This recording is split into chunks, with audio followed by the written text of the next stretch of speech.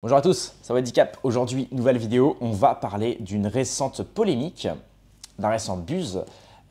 C'est Ardisson, Thierry Ardisson, que vous connaissez certainement. C'est un pilier de l'audiovisuel pour ses émissions telles que Salut les Terriens, Faubourg Saint-Honoré ou encore d'autres émissions assez connues. Bien que maintenant il n'est plus vraiment à la télé, il a fait parler de lui récemment puisqu'il a été invité sur une émission sur France 5 où il est à côté de Sarah Salman. Et en fait, le sujet de l'émission, ou du moins le sujet, en l'occurrence de cet extrait qui est à 2 millions de vues, qui a fait parler, il parle d'Hanouna. Pourquoi Hanouna fait parler? Parce que Hanouna, récemment, Bolloré a décidé de ne pas renouveler son contrat pour l'émission Touche pas à mon poste. Donc, on ne verra certainement plus Hanouna à la télé, Dieu merci. Et donc, Bolloré a plus ou moins décidé de virer Hanouna, enfin de moins de ne pas renouveler son contrat. On ne sait pas vraiment pourquoi. Mais Ardisson en témoigne un petit peu dans cette émission sur France 5. Il dit de 1 que Hanouna, bon, c'est de la merde, mais qu'en plus, Bolloré, c'est complètement irresponsable de virer Hanouna et de ne pas renouveler son contrat, parce que Hanouna, il est une société de production avec plus ou moins 200 à 300 salariés. Et donc, il dit que c'est complètement irresponsable de mettre justement sur le carreau 300 personnes au chômage, clairement. Et en plus de virer Hanouna, bien qu'Hanouna, il le dit, c'est de la merde. Et justement, on va se regarder cet extrait qui a fait parler, parce que Salman, qui est à côté de lui, donc Salman, pour ceux qui ne connaissent pas, c'est celle qui avait dit oui à la marche contre l'antisémitisme, mais il n'y avait pas beaucoup de goy. Voilà, ça a été un petit peu mal, pris par la plupart de la population française, parce que goy, je le rappelle, en hébreu, ça veut dire non-juif. C'est la manière dont les juifs parlent des non-juifs. Et effectivement, c'est une manière un petit peu péjorative de traiter, c'est un petit peu l'équivalent pour les Français, quand ils parlent d'une maghrébine, ils disent une beurette. Bon, c'est pas, la plupart des maghrébins le prennent mal, parce que beurette, c'est un peu le terme péjoratif pour dire c'est l'arabe de service, c'est la... Voilà, donc c'est un petit peu cet équivalent. Corrigez-moi en commentaire. Donc on va se regarder cet extrait-là, parce que Salman, évidemment, comme d'habitude, elle ouvre sa bouche, voilà, elle protège son fief Hanouna, et on va voir pourquoi elle protège son fief Hanouna. Il n'existe plus de star, Cyril Hanouna est une star. Oui, c'est une star, mais dangereuse. Vous voyez ce que je veux dire? Non, je ne suis pas d'accord, c'est la seule personne, une des seules personnes du PAF qui donne la parole à tout le monde. Arrêtez vos conneries. Si vous voulez, mais c'est pas des conneries, c'est la réalité. Donner une émission politique à Cyril Hanouna, c'est comme donner une mitrailleuse à un gosse de 12 ans. Non, parce que vous dites ça... Parce qu'il dit n'importe quoi. Non, il a aucune je ne peux pas vous culture. laisser dire ça. Vous lui dites Munich, il pense que c'est la capitale de la Bavière. Vous n'avez pas le monopole de la culture et vous semblez mépriser les 2 millions de téléspectateurs qui regardent ça. Oui, je les méprise, absolument. Non mais attendez, vous ne pouvez pas mépriser 2 millions de personnes qui regardent cette émission. Je peux mépriser 5 millions. Et je trouve que ça traduit... Vous avez une formidable carrière et ça traduit une forme d'aigreur parce que vous en voulez à Cyril Hanouna. À chaque fois, vous mitraillez Cyril Hanouna alors que c'est l'allégorie de la réussite. À cette époque-là, on était très copains et on s'entendait très bien. Après, il a pris le mot, il ne doit pas connaître le sens, derrière, c'est l'ubris. Vous êtes condescendant à son égard. Bien entendu. L'ubris, c'est emparer de lui. Voilà. Bon, ceci étant, le jour où il dit à la télévision, l'émission de Thierry Ardisson hôtel du temps, c'est nul, c'est à chier, je comprends pas qu'on dépense l'argent du contribuable pour faire ça, alors que lui, la seule idée qu'il a eue, c'est mettre 4 connards autour d'une table. C'est pas 4 connards, arrêtez de parler comme ça déjà, franchement. Raymond n'est pas un connard, par exemple. Mais aucun de ces personnes ne sont des connards, Vous bossez pour le groupe Bolloré. Et alors? Et vous, continuez. Et alors? Et j'en suis fière, moi je suis très bien chez eux. Très bien, le groupe Bolloré, c'est la liberté. Vous avez la même idéologie. C'est la réalité. Vous avez l'idéologie Bolloré. Bolloré, il n'y a pas d'idéologie, tout le monde. Le groupe Bolloré avec tout le monde, c'est le groupe de la liberté. Non, le groupe Bolloré, c'est la chaîne de l'extrême droite. Mais pas du tout, monsieur. C'est vous qui racontez n'importe quoi. Vous êtes tellement aigri d'avoir été viré que vous dites n'importe quoi. Je m'en fous d'avoir été viré. Ah non, vous en parlez tout le temps. Allez, on va pas vous mettre d'accord. Voilà. Et donc, il y a même, dans la suite de l'extrait, il est un petit peu mécontent dans le sens où il dit, voilà, Bolloré, il vire Hanouna. Donc, d'un côté, il se réjouit parce qu'Hanouna est viré parce que son émission, c'est de la merde, mais il dit aussi que, plus ou moins, c'est un petit peu malhonnête dans le sens où il va laisser 200 à 300 personnes sur le carreau au chômage. Parce que Hanouna, il a une boîte de production qui lui permet de produire cette émission, et l'argent qu'il avait, c'était Bolloré qui lui donnait. Donc l'argent qu'il avait, il avait créé sa société de production dans lequel il avait justement des salariés, 200 à 300 personnes, et donc là forcément, s'il met fin à son contrat, il n'y a plus d'argent qui va rentrer, donc il va être obligé de licencier une partie de son personnel. Bien qu'apparemment Hanouna, il me semble, va quitter la télé pour aller sur Internet. Et c'est la grosse mode aujourd'hui chez tous les youtubeurs, notamment Kev Adams par exemple, qui vient du monde de l'acting, de la télé, etc., qui aujourd'hui a créé sa boîte de production et il fait des vidéos YouTube maintenant. Parce qu'aujourd'hui, YouTube, ça devient un énorme terrain de... En fait, ça devient une télé 2.0. Hein. Aujourd'hui, tous les youtubeurs ont des boîtes de production, tous les youtubeurs ont des grands locaux, tous les youtubeurs ont des sommes astronomiques pour faire des vidéos à gros budget. Et tout ça, ça vient du modèle, on va dire, ultra-libéral américain, notamment par MrBeast. qui a lui été un des premiers à avoir une boîte de production, à avoir des gens à sa merci pour justement pouvoir faire des vidéos à gros budget, faire des vidéos un petit peu rocambolesques, ubuesques. Et tous les youtubeurs français, comme d'habitude, de toute façon, nous, déjà de 1, on a du retard, mais de 2, on n'a absolument aucun… on n'arrive pas à créer, on n'arrive pas à innover. On n'arrive plus à innover. On est obligé de recopier le modèle américain, le modèle anglo-saxon. Et on voit que c'est un petit peu ce que même les gens de la télé maintenant vont sur Internet. Kev Adams, Hanouna, et pas que, hein, même Greg Guillotin, tout ça. Donc, c'est pas rien. Donc bref, on revient sur ce que dit Ardisson. Alors Ardisson, moi franchement, Ardisson, je ne suis pas un grand fan. Dans le sens où, bon, Ardisson, ces dernières années, il s'est quand même montré effectivement assez aigri, assez inculte d'ailleurs. D'ailleurs, il méprisait énormément Internet toute une époque, alors qu'aujourd'hui, il a une chaîne YouTube par exemple. Donc on sent que voilà, c'était un petit peu le côté… il représentait un petit peu ces dernières années le boomer un petit peu qui est complètement dépassé par Internet et qui, au lieu de tendre la main à Internet en se disant je vais essayer de découvrir ce nouveau milieu, ce nouveau monde, à la place, il le méprise, il crache dessus, il essaye d'humilier ceux qui l'invitent, notamment le passage avec Squeezie qui avait fait énormément parler. Bon, maintenant, soit… maintenant, il faut comprendre qui est Ardisson. Pour ceux qui ont vu la vidéo de Soral sur Ardisson, elle est magique, je vous la recommande. Je l'ai peut-être mis sur ma chaîne ou je ne sais plus, enfin, de toute façon, elle est facilement trouvable. Il vous dit déjà de 1 que Ardisson est un fan ultime du fascisme italien, notamment dans sa façon de s'habiller, ça se voit. Il s'habille en noir comme Mussolini. De 2, je crois qu'il a un de ses enfants qu'il a appelé Benito ou qui surnomme Benito.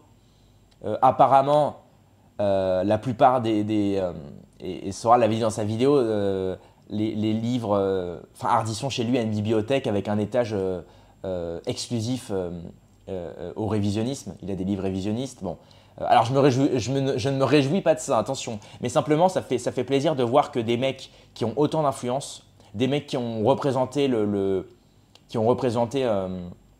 ce qu'il y a de mieux chez l'audiovisuel français, parce que Ardisson, il faisait comme des émissions assez… avec une véritable liberté. Là, Salman qui vous dit Bolloré c'est la liberté, on va y revenir, mais non, aujourd'hui il n'y a plus de liberté à la télé. Ardisson représentait la liberté à la télé. Les émissions où il fumait, il buvait, il parlait de tout. À l'époque il invitait Dieudo, il invitait Soral, il invitait des gens qui avaient des opinions différentes de l'opinion mainstream, de l'opinion courant. Et pour moi c'est ça la véritable liberté. Il s'est soumis avec le temps, Ardisson s'est soumis avec le temps, il a dit qu'il ne réinviterait plus Soral, qu'il ne réinviterait plus Dieudonné.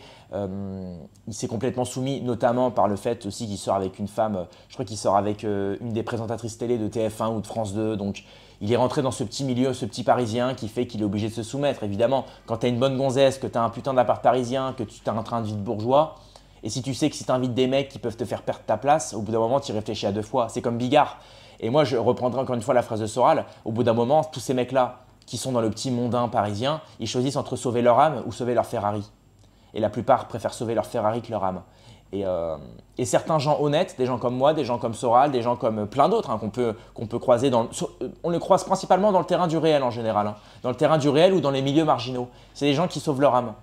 C'est des gens qui sauvent leur âme et qui sont souvent qui sont marginalisés. Parce qu'aujourd'hui, dans ce monde-là, quand vous sauvez votre âme plutôt que votre Ferrari, c'est-à-dire quand vous vivez par l'être et non pas par le paraître, quand vous vivez pour la vérité et pour l'honnêteté plutôt que la malhonnêteté et la soumission à un État qui vous demande de mentir, qui vous demande d'embellir le faux et d'enlaidir le vrai, au bout d'un moment, ça vous pourrit. Donc forcément, au bout d'un moment, vous préférez l'honnêteté, vous préférez la franchise et ça vous marginalise, ça vous ferme des portes. Mais au moins, vous êtes sauvé de l'intérieur et ça se voit par l'extérieur.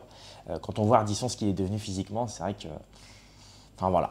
Bref, donc pour ça, effectivement, je reconnais qu'Ardisson, quand même s'il s'est aigri avec le temps, faut avouer qu'il a quand même une certaine franchise, une certaine honnêteté au fond de lui. Et on le voit aujourd'hui sur le plateau télé. Là, voilà, il a pas peur de dire qu'Hanouna c'est de la merde. Bon, après c'est pas de la franchise que de dire Hanouna c'est de la merde. Hein, c'est l'opinion populaire. Mais il tient tête à Salman et il dit voilà clairement que Bolloré, oui, c'est pas la liberté, que Hanouna c'est de la demeure, qu'Hanouna est un inculte. Et là, on peut se demander mais pourquoi Sarah Salman prend autant la défense d'Hanouna. Bon alors de 1, Salman, elle travaille avec Bolloré. Voilà, elle travaille avec Bolloré. Alors, Salman, c'est une avocate. C'est une avocate qui a d'ailleurs pas un grand palmarès en tant qu'avocate. Je crois qu'elle défend des petits délinquants, un truc comme ça. Enfin, en tout cas, elle n'est pas reconnue comme avocate. Hein, je veux dire, on la connaît principalement comme… en fait, elle passe son temps sur les plateaux télé et sur les réseaux sociaux. C'est tous ces nouveaux, vous savez, c'est comme le Michel Simès. Le mec, il est connu comme docteur, mais en fait, on l'a jamais vu dans une salle d'attente. On l'a jamais vu en blouse. C'est-à-dire qu'on le voit tout le temps sur les plateaux télé, on le voit tout le temps sur les magazines, on le voit tout le temps dans la presse, on le voit jamais dans une salle d'attente. C'est-à-dire que, bon, étrange. Enfin bref. Donc, Salman, on peut se demander légitimement pourquoi Sarah Salman prend autant la défense d'Hanouna. Eh bien, tout simplement parce qu'elle est de la communauté. Alors, de quelle communauté? Vous allez me dire, moi j'appelle ça la communauté de la bougie qui ne s'éteint jamais, parce que c'est une communauté qui est éternelle. Je ne préciserai pas laquelle, mais je pense que vous vous en doutez. Je ne préfère pas décrire cette communauté sous peine d'être traité de certains mots, de certains vocabulaires appartenant à une novlangue qui vous empêche de discuter et de débattre. Aujourd'hui, quand vous dites qu'une personne, quand vous essayez de rentrer dans la discussion profonde et de dépasser les clivages et de dépasser les extrêmes, on vous traite de raciste, d'antisémite, de dangereux personnage, uniquement pour éviter de débattre avec vous. Moi, je prends souvent l'exemple de l'immigration. Quand vous vous montrez contre l'immigration et que vous argumentez, on vous traite de raciste, on vous traite d'antiprogressiste, on vous traite de réactionnaire uniquement pour ne pas avoir à débattre avec vous. Comme ça, vous êtes sorti du débat, vous êtes sorti de toute potentielle discussion et ça permet aux gens justement qui sont au pouvoir ou qui essayent ou qui se maintiennent au pouvoir, justement, ça les permet de se maintenir au pouvoir pour avoir à éviter d'être discrédités sur la place publique. Parce qu'évidemment, si des gens comme moi, et encore, moi je le dis humblement, je suis personne, mais si des gens, même d'autres qui ont certainement plus de logos que moi, pouvaient aller sur les plateaux télé, comme Youssef Indy par exemple, sur la question israélo-palestinienne, c'est des gens qui, en fait, avec leur rhétorique, leur dialectique et leur logos, pourraient mettre à mal la plupart des gens sur les plateaux télé qui ne font que déblatérer des calembredaines à longueur de journée uniquement pour se maintenir au pouvoir, ou du moins pour essayer de maintenir au pouvoir une certaine puissance hégémonique et subventionnée. Voilà. Je ne sais plus pourquoi j'ai digressé autant, mais en tout cas, pour revenir à Salman, elle défend Hanouna parce que Hanouna et Salman font partie de la même communauté. Et au-delà de ça, ils défendent des intérêts qui sont les intérêts sionistes, qui sont des intérêts évidemment oligarchiques. On parle de Bolloré. Pour moi, Bolloré, ça représente l'oligarchie audiovisuelle et financière. D'ailleurs, pour rappel, Bolloré, la plupart de ses richesses, c'est le pillage en Afrique. La plupart de ses richesses, c'est de l'audiovisuel financé, subventionné, complètement abrutissant parce que Hanouna, excusez-moi, ce n'est pas une émission qui pousse à la critique. Ce n'est pas une émission qui pousse à la réflexion. À la limite, il y a quelques années, c'était vraiment très abrutissant dans le sens où c'était que du divertissement. C'était des petits jeux, c'était de la danse, c'était de la musique, c'était du commentaire d'émissions télé avec énormément d'humour, avec énormément de vannes, de punchlines, etc. Ça volait pas haut. Au bout d'un moment, il a commencé à se dire « il faut que je fasse de l'actualité politique ». Donc il a arrêté de critiquer les émissions télé, ils se sont plus penchés vers la critique politique et le fait d'actualité. Ce qui marche aujourd'hui, moi je fais ça, bon voilà. Mais la différence entre moi ou du moins ceux qui réfléchissent et Hanouna, c'est justement ça. C'est qu'en fait, il n'y a absolument aucune réflexion profonde. C'est que en fait, il met exactement ce qu'a dit Ardisson. Il met 4 connards autour d'une table et ça marche. Pourquoi? Parce qu'en fait, il y a 2 tables, il y a Hanouna. D'un côté, il y a ceux qui sont pour, d'un côté, il y a ceux qui sont contre. Voilà. Immigration, pour, contre, voilà. Et en fait, ils ne poussent pas le sujet. Ils ne disent pas pour qui l'immigration, à qui profite-t-elle, qui orchestre l'immigration, qui fait rentrer l'immigration, qui subventionne l'immigration, pourquoi ceux qui parlent d'être pour l'immigration ne cohabitent pas avec. C'est vrai, tout ça, non. Tout ça, on n'en parle pas. Et encore une fois, comme je vous l'ai dit, c'est dans le but de se maintenir au pouvoir. Hanouna, il sert à l'oligarchie actuellement au pouvoir à se maintenir au pouvoir. Il sert justement à maintenir au pouvoir ceux qui sont au pouvoir. Justement en faisant perdre du temps aux gens qui regardent la télé pour contre, voilà. Ça ne pousse jamais à la réflexion. Ça ne pousse jamais à la réflexion. C'est toujours du clivage, c'est toujours de la réaction binaire. C'est de la binarité expressive. C'est soit le bien, soit le mal. Soit pour, soit contre. Soit noir, soit blanc. Il n'y a jamais de réflexion profonde. Et pourtant, autour du plateau, il y a des gens qui se revendiquent journalistes, qui se revendiquent de telle chose, de tel bord. Voilà, ils ont un CV aussi long que qu'est-ce que je pourrais dire sans me faire attaquer en justice, aussi long qu'une trompe d'éléphant. Voilà. Ça peut être connoté. Voilà, ils ont un CV aussi long qu'une trompe d'éléphant, mais pourtant, ils ne sont pas capables d'aller plus loin que que le bout de leur nez. Pourtant, Dieu sait que leur nez est assez long. Et c'est une référence à Pinocchio. Ce n'est absolument pas une référence ethnique ou… Enfin bref, je vais m'arrêter là. Donc, Sarah Salman, en plus d'être insupportable de par son attitude, sa prestance et ses propos, parce qu'il faut quand même faire le CV de Salman. Salman, donc c'est une avocate qui a fait le buzz, enfin qui fait le buzz par ses déclarations hypergamiques. Hypergamique dans le sens où elle a fait une émission avec un type qui s'appelle, je ne sais plus comment il s'appelle, bon pareil c'était sur l'émission, enfin c'était sur C8, Bolloré, tout ça, où elle dit « Moi je ne sors pas avec des types de mon âge, je ne sors qu'avec des hommes de 60 ans ». Elle précise juif, enfin elle précise non-goy, donc elle veut un juif. Après, bien à elle, hein. Elle a raison, elle est juive, elle veut sortir avec des juifs, qu'on évite de se mélanger, moi ça m'arrange, en soi ça m'arrange. Elle précise ça, elle précise qui gagne minimum 100 000 € par mois, qui m'invite au restaurant, qui me paye le taxi, qui me ramène, qui me paye à boire. Bref, voilà, donc elle veut être ce qu'on appelle être entretenue. Elle veut être entretenue. Très bien, c'est une sorte de parasitisme en réalité, mais en tant que femme, bon, on pourrait se dire la femme traditionnelle, elle est entretenue par son mari qui lui travaille, ramène l'argent à la maison, très bien, d'accord. Bon, en même temps, quand on voit le CV professionnel de Salman, bah il n'y a rien.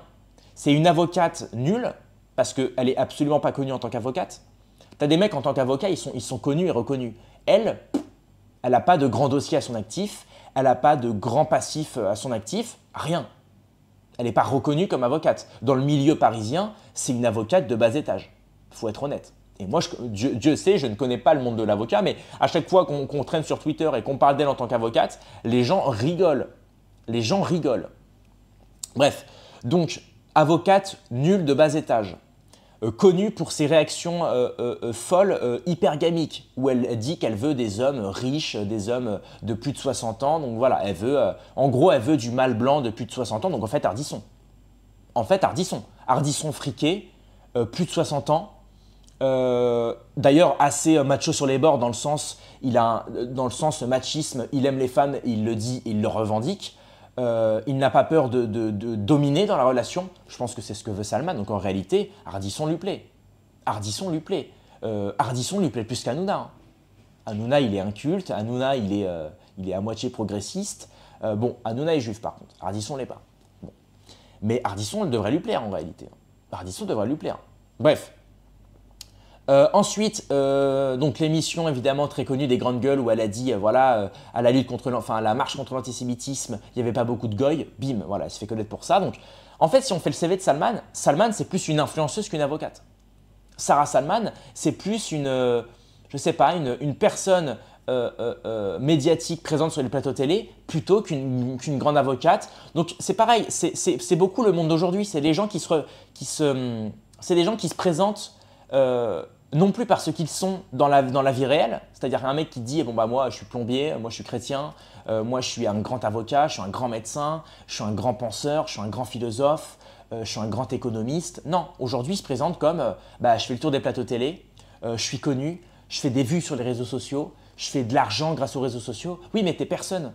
Qu'est-ce que tu sais faire de tes mains, Salman? Tu sais rien faire de tes mains. Qu'est-ce que tu sais faire de ton cerveau? Est-ce que ton cerveau marche? Qu'est-ce que tu sais faire de ton logos? Est-ce que tu sais écrire? Est-ce que tu produis du concept? Est-ce que tu produis de l'idée? Est-ce que tu fais briller la France à l'international? Je veux dire, moi, comme je l'ai dit dans de précédentes vidéos, j'ai plus de respect pour un boulanger ou un pâtissier qui ouvre sa pâtisserie ou sa boulangerie à Pékin, à Pyongyang ou à Moscou et qui fait briller la France à l'international plutôt que pour une petite dame complètement mal coiffée au physique assez, qui m'est personnellement repoussant, qui fait le tour des plateaux télé et qui se revendique de son hypergamie et qui se revendique de faire des vues sur les réseaux sociaux. Parce que c'est ce qu'elle dit. Hein. Globalement, c'est ce qu'elle dit sur les réseaux sociaux, enfin sur les plateaux télé. À chaque fois, elle se revendique comme oui, mais moi, je suis quelqu'un sur les réseaux. Oui, mais moi, je suis aimé des gens. Moi, on me prend en photo dans la rue. D'ailleurs, il y avait une vidéo d'elle, il faudrait que je la retrouve, où un type lui demande sur TikTok. Il la filme dans la rue et il lui dit bon bah aujourd'hui combien coûte ta tenue? Et elle dit bah là j'ai des lunettes Gucci, j'ai un short Louis Vuitton à 1200 €, j'ai une veste à 500 €. Voilà, c'est vraiment exactement ce que dit Francis Cousin, c'est le fétichisme de la marchandise, c'est l'objectification de l'individu, c'est faire de l'individu une marchandise et qui aujourd'hui ne se présente plus comme l'être. Aujourd'hui on ne se présente plus comme ce qu'on est en tant qu'être, on se présente en tant que ce qu'on est, comme paraître. C'est-à-dire, ah bah oui, voilà, je vais me définir par l'habit que j'ai, je vais me définir par la voiture dans laquelle je roule, je vais me définir par l'appartement dans lequel je vis, je vais me définir par la position parétro-sociale que j'ai ou que je possède, je vais me définir par l'émission télé dans laquelle je suis. Mais en fait, tout ça, c'est du paraître, tout ça, c'est superficiel, et tout ça, d'ailleurs, c'est des choses que tu peux perdre et qui ne sont pas, qui je dirais, qui ne sont pas permanentes. C'est-à-dire que, comme dit Bouddha, tout réside dans l'impermanence. Et c'est justement, c'est là où on commence à avoir ce qu'on appelle l'éveil, l'enlightenment, c'est quand on comprend que tout est impermanent. Rien ne dure. Ta petite place là, sur les plateaux télé, Sarah Salman, au bout d'un moment, ça va se finir. Tout comme aujourd'hui, on sait très bien que Sarah Salman, elle est sioniste, elle revendique clairement, d'ailleurs elle avait fait une vidéo, là moi je fais un peu son CV, cette vidéo elle sert aussi de CV en réalité, hein, ça fait son CV. Hein. Elle avait ouvertement dit, il faudrait que je retrouve la vidéo précisément, mais plus ou moins elle avait dit qu'il y avait une manipulation financière dans laquelle on pouvait financer de manière légale Tsahal, donc l'armée israélienne, qui je le rappelle, Tsahal est la scission entre l'Irgun et la Haganah, qui sont des groupes terroristes, historiquement terroristes. Et en fait, ce sont deux groupes qui au bout d'un moment, ont fait une fusion de ces deux groupes qui ont créé Tsahal et qui aujourd'hui est représentée comme par Meir Habib, l'armée la plus morale du monde. L'armée qui bombarde, l'armée qui lapide, l'armée qui tue, l'armée qui violente, l'armée qui pille. L'armée la plus morale du monde. Bref, donc où j'en étais, voilà, donc c'était un petit rappel, Sarah Salman avait trouvé une combine pour pouvoir financer de manière légale à Tsahal, par des combines, je ne sais plus, des combines de taxes ou des combines de… Il faudrait que je retrouve la vidéo. De toute façon, ça, je ferai certainement une react en live à son CV. Hein. Mais ça peut être intéressant. Je ne sais pas si Fait Document en a parlé d'ailleurs. Donc, j'ai digressé, je ne sais plus ce que je disais. Mais voilà, c'est vraiment ce monde d'aujourd'hui. C'est ces gens-là aujourd'hui qui pensent avoir du pouvoir en France, qui pensent avoir une place en France, une haute place sociale et une position sociale en France uniquement par le paraître. Mais en réalité… moi, je vais te le dire, Sarah Salman. Moi, apparemment, tu as porté plainte contre moi parce que j'avais fait une vidéo justement suite à ta prise de position sur le mot goy, etc. Je m'étais un petit peu… je m'étais exprimé là-dessus. Hein, et apparemment, tu aurais porté plainte. Bon. Mais moi, je te le dis personnellement, c'est pas parce que tu travailles le paraître, c'est pas parce que tu peaufines ton paraître, c'est pas parce que tu te représentes et tu te présentes par ton paraître, si bien travaillé soit-il. Mais moi, je te le dis, intérieurement, c'est fini. Intérieurement, t'es pourri, je pense. Honnêtement. Et encore une fois, c'est je pense. Je n'admets pas. Mais moi, je pense que t'es pourri de l'intérieur. Franchement, je te le dis. Et franchement, moi, je vous le dis, de toute façon, il n'y a qu'une chose. Qu'on aime ou pas une personne, il suffit de voir ce qu'en dit la plèbe. Il suffit de voir ce qu'en disent les gens. Quand vous descendez dans les commentaires, là, c'est un post Twitter, il a 2 millions de vues. D'accord?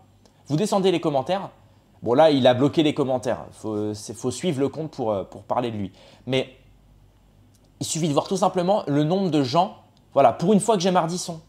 Je déteste ce mec, donc il parle d'Ardisson, mais il dit vrai. Le groupe Bolloré n'a pas d'idéologie. C'est qui cette menteuse? Le groupe Bolloré, c'est la liberté. Bon, il y a une insulte après. Voilà. C'est une photo d'elle avec une fourche. Ah oui, pour une fois que…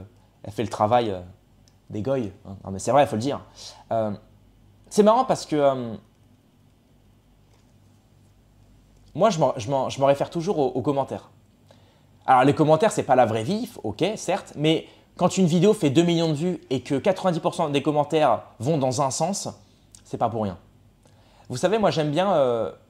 je prends l'exemple, par exemple, de Youssef Indy qui avait eu un débat avec Jean Messia. Jean Messia, il était sorti du débat, il dit « Ouais, j'ai explosé Youssef Indy. » Ensuite, il est allé sur Twitter, il a dit « Défaite totale pour Youssef Indy. » Mais vous savez, c'est des gens qui, moi j'appelle ça le déni de réalité. C'est des gens qui pensent gagner, c'est des gens qui pensent être dans une certaine vérité, mais quand vous regardez la vie de la plèbe, quand vous regardez la vie générale, vous regardez 90% des commentaires, dans quel sens ils vont. Tout le monde disait « Bravo Youssef ». Messia s'est fait humilier, Messia s'est fait expugner, s'est fait violenter verbalement, s'est fait humilier, s'est fait tordre dans tous les sens. Bah c'est vrai, c'est vrai. Et au final, voilà, Jean Messia, il croit qu'il avait gagné, mais en fait, quand tu regardes les commentaires, quand t'en parles même dans la vraie vie, qu'est-ce que t'as pensé du débat? Ah bah Messia, il s'est fait humilier là, j'ai beau dire, ah non. Voilà. Et ben là, c'est pareil. Sarah Salman, elle pense qu'elle a raison. Elle pense prendre position pour Bolloré, pour Hanouna, en pensant avoir raison, en pensant être dans une certaine vérité, une certaine éthique. Et même moi je l'ai dit, hein, moi-même, je ne suis pas un grand fan d'Ardisson, mais là, Ardisson, il dit vrai. Ardisson, il dit vrai, Sarah Salman dit faux. Sarah Salman est dans le faux. Et c'est une grande leçon. Même si les commentaires ne reflètent pas la vraie vie, effectivement, au bout d'un moment, l'honnêteté revient toujours, elle revient toujours, je dirais, elle refait toujours surface. Toujours. Le naturel revient au galop. Souvenez-vous de cette phrase-là.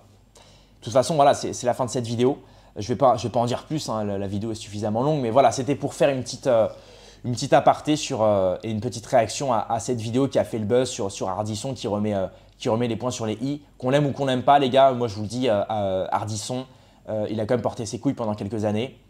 Alors il s'est soumis évidemment au bout d'un moment à ses intérêts, ses intérêts personnels qui allaient dans le sens du capital, du grand capital, qui lui demandaient effectivement de ne plus inviter certaines personnes, disons, assez virulentes, qui lui demandaient pareil de ne plus parler de certains sujets, de certains thèmes. Bon bah voilà, hein. Mais aujourd'hui, 20-30 ans après toutes ces émissions, on regarde aujourd'hui qui est toujours debout et qui aujourd'hui s'est soumis au système. Et bah moi je vous dis, moi franchement, je reprends la phrase de Soral, hein, sauver son âme ou sa Ferrari.